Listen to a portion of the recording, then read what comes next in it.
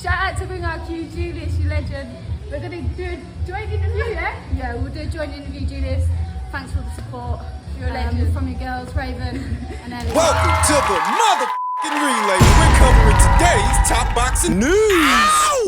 Scotney versus Flores for the undisputed Super Bantamweight Championship. Let's talk about the fight.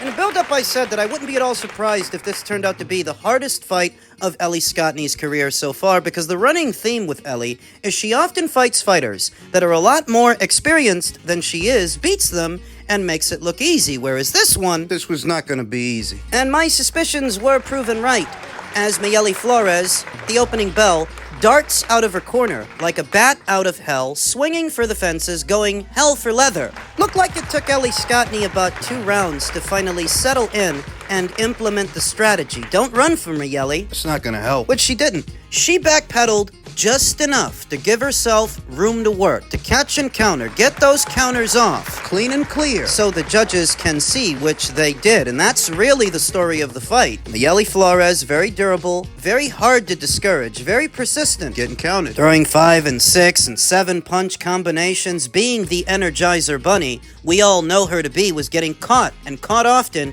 in between her own punches, most of which were landing on the arms and gloves. Very wily Ellie Scotney, careful and cautious to keep those hands at home, to mitigate how many punches get in, because some are going to. She took some lumps. Mitigating the damage, fighting out of the high guard and countering out of that high guard. I say it all the time. If the plan of action calls for lots of counter punching, you don't use a Philly shell, you use a high guard. It's easier to counter out of the high guard. It might seem basic and run-of-the-mill to a lot of people, not as flashy as the Philly shell popularized by Floyd Mayweather in the Mayweather era. But if the plan of action calls for a lot of counterpunching against a very busy opponent, the high guard is best. And that's what Ellie Scotney did. Counter out of the high guard, and counter often. There's not a lot of fighters that would have been able to weather the storm of Mayeli Flores, who is not often discouraged and doesn't take her foot off the gas, but the counters were coming in hot and heavy from Ellie Scotney, enough that you knew who was winning the fight, even if there was a sense of danger. Wondering if Ellie Scotney would be able to hold back Mayeli Flores the full course, as there's not much chance of Ellie knocking her out. Nope. Will Ellie Scotney begin to tire? Will her energy reserves wane? And will she get put down? But They didn't. They held up. Ellie Scotney really is one of the best women boxers in the world, and I believe that she put that on display yesterday. The method behind the madness accented in the punch stats. Ellie Scotney landed 224 out of 530 punches thrown to Mayeli Flores, who landed 191 out of 658 punches thrown. what does that mean? That means that even though Mayeli threw more punches than Ellie Scotney, she landed less. She only landed 29% of her punches, whereas Ellie Scotney landed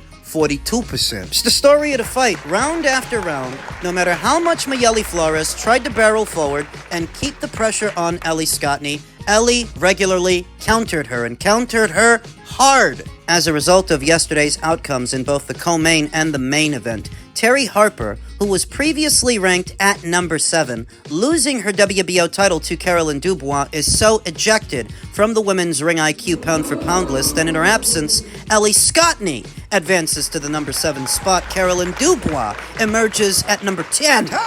Per the rules that govern the list, and defeating a pound-for-pound fighter, you become one yourself, and that's what Caroline Dubois did yesterday, outpointing Terry Harper. Hey, what about Chantel Cameron? She became a 2-weight world champion yesterday. She's got a solid resume. Where is she? The list is a little bit log-jammed at the moment. Chantel Cameron will likely re-emerge on it once Katie Taylor retires, which is not that far off.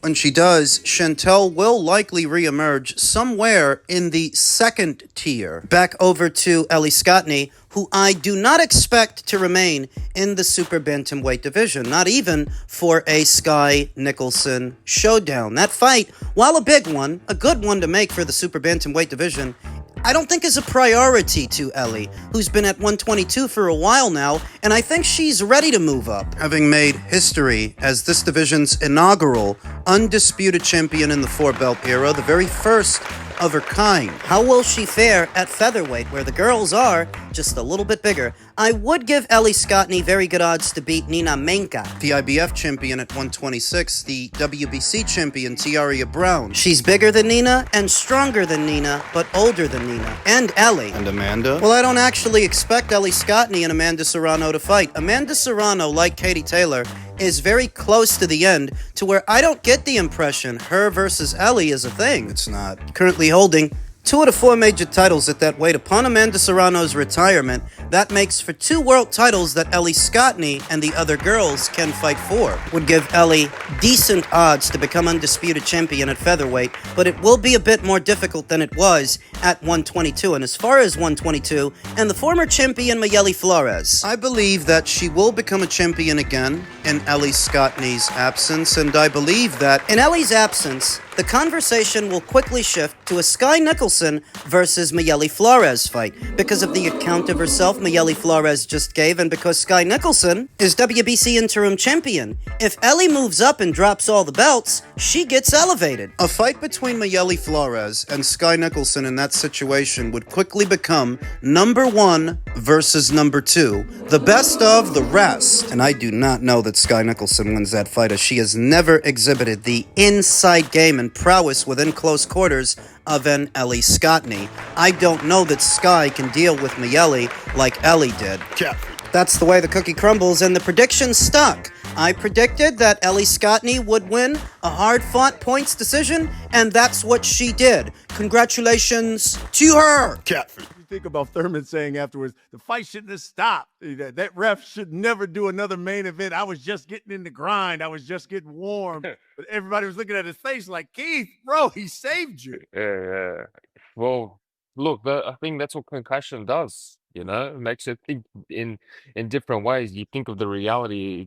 That's not the reality. You know, so it could have gone a bit longer, but it would have just been more damage to him. You know, it was only going down one path. You could just see from the opening bell, Pandora lands the first left hook, and then that was it. That was already game over. Those were my thoughts exactly. The referee, Thomas Taylor, could have allowed the contest to go on a bit longer, but if he had, it would have been just more of the same. Keith taking more damage, inching closer to being stopped for the first time in his career. It was a mercy stoppage because we all saw what direction the fight was going. From the opening bell, you could see that Keith Thurman had the wrong plan of action. How are you trying to stay on the outside of a guy that's that much taller and longer than you are? He doesn't need to be close to you to hit you, but you do need to be close to him. Keith Thurman ain't got no business campaigning as a junior middleweight. The problem for him is he can't make welter. He doesn't have the physical dimensions to really compete at 154, let alone 160, but he can't make 147. Unique conundrum created by inactivity and father time, which catches up to us all. I think they say it's at around age 35. Everything starts to slow down for a man. You know, his metabolism, you just don't burn through your food, burn through the fat as easily as you used to. Thus, it's easier to pack on the pounds and put on weight, tack on Keith Thurman's inactivity, which really doesn't help anything. And it's no wonder why he can't make 147 anymore. He's stuck between a rock and a hard place. Back over to Tim Tszyu, who is now said to be facing former unified welterweight champion Errol Spence Jr. in June, racking up 2 victories in his last 2 fights, putting distance between himself and what was that horrific loss to Sebastian Fundora in their rematch. Errol's still coming off that loss to Terence Crawford. He will reportedly end his near 3-year hiatus from boxing for a June showdown with former junior middleweight champion Tim Tszyu in Australia, sources confirmed to ESPN on Tuesday. It was last Tuesday. News of Errol Spence Jr.'s return was first reported by Ring Magazine. The fight, which will headline a PBC on Prime Video pay-per-view, will be Spence's debut at junior middle and is being targeted for either June 6th or the 13th at a venue in Australia to be determined. That confirms the rumors. Spence last fought in July of 2023 when he was dismantled, knocked down 3 times and stopped in the 9th by Terence Crawford in a fight to determine an undisputed welterweight champion. Spence had largely gone quiet since that devastating loss, with some speculation that the fight with Crawford would be his last. However, rumors of Spence's return began circulating in early 2025 and tied him to a fight with the WBC junior middleweight champion Sebastian Fundora. The fight never came into fruition. Even though Samson Lukowicz and Team Fundora put a Crawford fight on the back burner for that Spence fight, that never came into fruition. Coincidentally, neither did the Crawford fight. As Fundora moved forward with securing a fight against Keith Thurman, Spence, 35, is now slated to return against fellow veteran and former WBO junior middleweight champion Spence-Tszyu in his home continent of Australia. Tszyu, 31, fell on hard times over the past couple of years, losing 3 of 4 fights after starting his career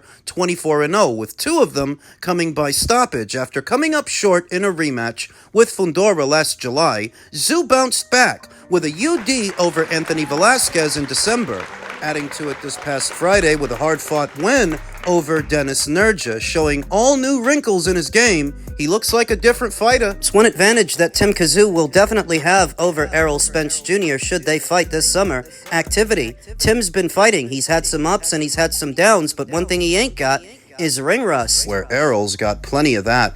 It's looking more and more like Errol Spence Jr. will return with Ronnie Shields in his corner, and I don't really have a high opinion of Ronnie Shields. Some might think it's strange that Errol Spence Jr. is supposed to be the bigger name of the two, yet he's the one traveling to Tim's neck of the woods. Money is the reason. Rumor has it that both boys stand to make about $7.5 million apiece, brought to them by No Limit Promotions, who are financing the fight. It's not really a PBC party, and comparatively, if you did that fight in the United States, it would not be as big as it could be in Australia. Thus, Errol's getting his passport out. In America, they're gonna interpret that fight as a fight between 2 shot fighters, whereas in Australia, it's a big-time boxing match. Tim is big-time out there. And even though Errol is not what he used to be, the Aussies don't often get to see a fighter like Errol live. Makes it a special occasion. So what are Errol Spence Jr.'s chances in this fight? I remember in the build-up of the Keith Thurman versus Sebastian Fundora fight not that long ago,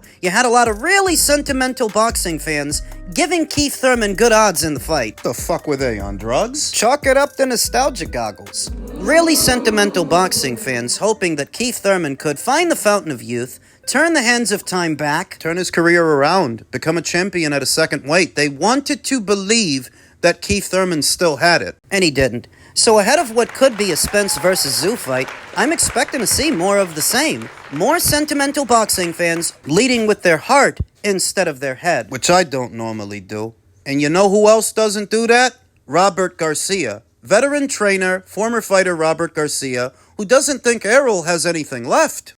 Errol Spence, we don't know. You know, if we get the young Errol Spence that was doing great at welterweight, then Errol Spence should be able to dominate. But honestly, I don't know. It's tough to say we're gonna have the new Errol Spence. Errol Spence might not have anything left. He might not have anything left, and that's probably the what I think, that he doesn't have much left. And if I was forced to make a prediction right now, I think Errol Spence has nothing left, and it'll be Tszyu. Though if he's got nothing left, then why is he coming back? Money. It's gotta be money. It's always money. 3 years removed from the sport, whatever nest egg he's been resting on is likely scrambled by now, and he needs money. Just like Keith Thurman. Do you think that Keith Thurman would have fought Sebastian Fundora? Big guy like that, young, dangerous, if he didn't need the money? Do you think that Errol Spence Jr. would be traveling to Australia, of all places, if he didn't need the money? It's gotta be money. Robert Garcia gave a no-nonsense take on the situation. We don't actually know that Errol Spence Jr. has anything left, but based on what we do know about boxing, 3 years removed from the sport, coming off a career-defining beating, And moving up to a new weight. none of that is encouraging. Tszyu may have racked up more losses than Errol Spence Jr. has in Errol Spence Jr.'s absence, but you at least know with Tim that he's still hungry. The fire still burns. He hasn't given up. He looked switched on this past Saturday, a man rejuvenated, whereas Errol? It just looks like Errol is only here because he has to be, because this is the one thing he knows how to do and do well, so he's got to do it. Give us the message to fight fans, even Errol Spence, on what he should expect when he gets in the ring with Tim-Tszyu. Yeah, like if you look at different generations, look what happened with Thurman, and for me, Errol Spence is sort of in that generation, and that's what I want to do and expect to do against him, coming to this next generation of fighters. So yeah, let's bring the new with the old now. And do you see yourself with the strap at 154, let's say, in a year's time? Yeah, for sure. Of course, I'm still heading towards that spot. Like I need a little rejuvenation. I understand. But beating someone like Errol Spence, I feel like it's bigger than any strap. Let's just say that. How much credit you want to give Tim-Tszyu for potentially beating Errol Spence Jr. 3 years removed from the sport and coming off a loss? Coming up to a new weight. It probably isn't a lot, but Errol Spence Jr. still is one of the more recognized fighters anywhere at or around these weights, so it still yields some intrinsic value.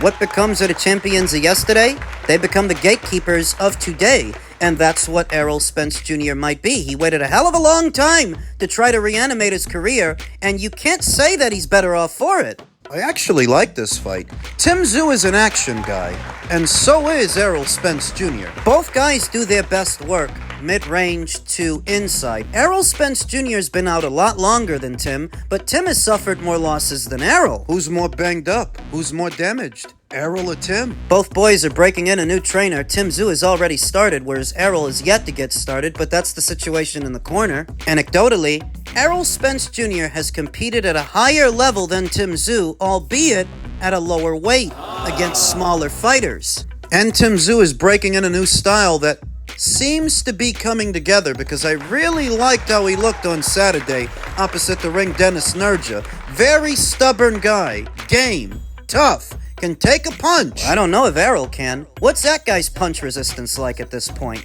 Very little remains of what used to be the PBC stronghold. That stable of fighters, many of which are now aged, inactive, circling the drain, on the verge of retirement. Very little. The rumors are true that they both stand to make $7.5 million apiece for the fight, then that would explain why Errol's coming out of retirement, because that is a lot of money, and I don't think anybody here stateside. Who could he fight in the United States that makes for a safe fight, a winnable fight, that could also get him $7.5 million?